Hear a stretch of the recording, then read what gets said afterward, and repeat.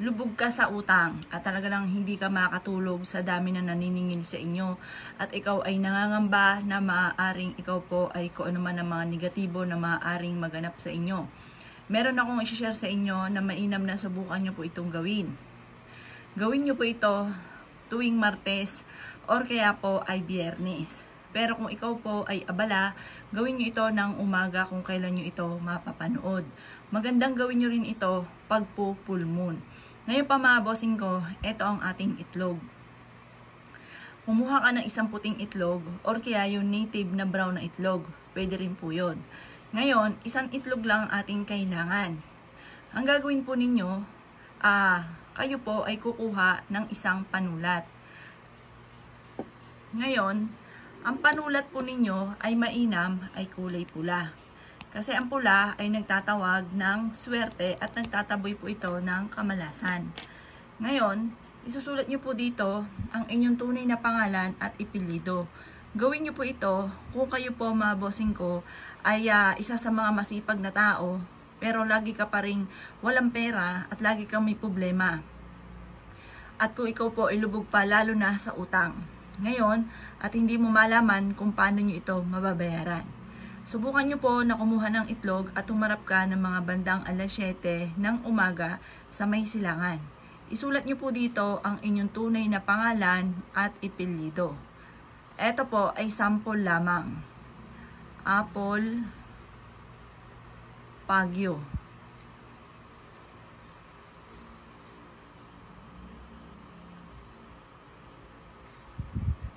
Ngayon, isulat nyo dito kung magkano yung halaga ng inyong inutang na pinuproblema po ninyo.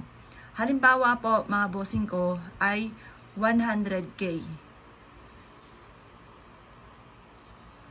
Ito ay utang mo kay Carla. Sample lang ito mga bossing. Isulat nyo rin ang tunay na pangalan at ipilido. Halimbawa ay Reyes. Halimbawa lang po ito mga bossing ko ha. Isulat nyo rin po dito, may utang ka kay Pedro ng 50K. Pedro Santos.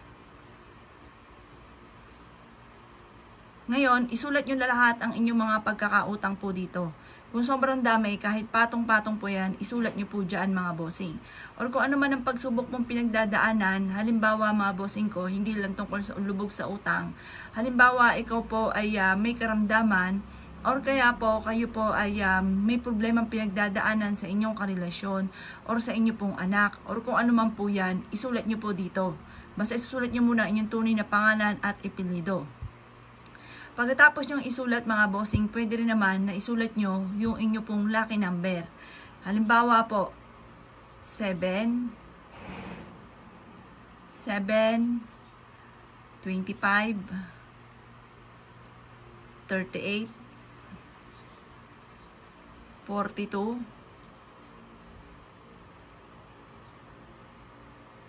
tapos, isip pa tayo, number 8, at number 16. Yan. Sulat nyo po dito sa number na ito. Pabilog po ha.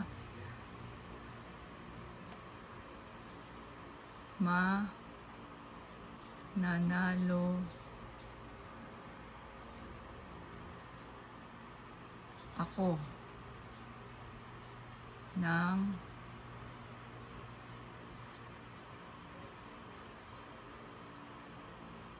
jackpot. Yan. Pagkatapos mga bossing ko, ang gagawin po ninyo ay ganito. Ito na yung ating itlog. Ilagay nyo ito sa palad po ninyo, sa init ng ating mga palad at mga kahilingan. I-wish nyo na dito ang lahat ng gusto po ninyo na makamit. Halimbawa po'y makabayad na kaagad ako sa aking mga pagkakautang at kailanman ay hindi na ako mangungutang pa. Magkakaroon ako ng maraming pera, siksikliglig at umaapaw at maraming blessing ang darating sa akin. Hihigupin ng itlog na ito ang lahat ng mga kamalasan sa aking katawan. Tapos, i-wish rin po dito, manalo na ako ng jackpot, or kaya pasaway ang inyong karelasyon. Higupin na ng itlog na ito ang lahat ng mga kamalasan po ninyo.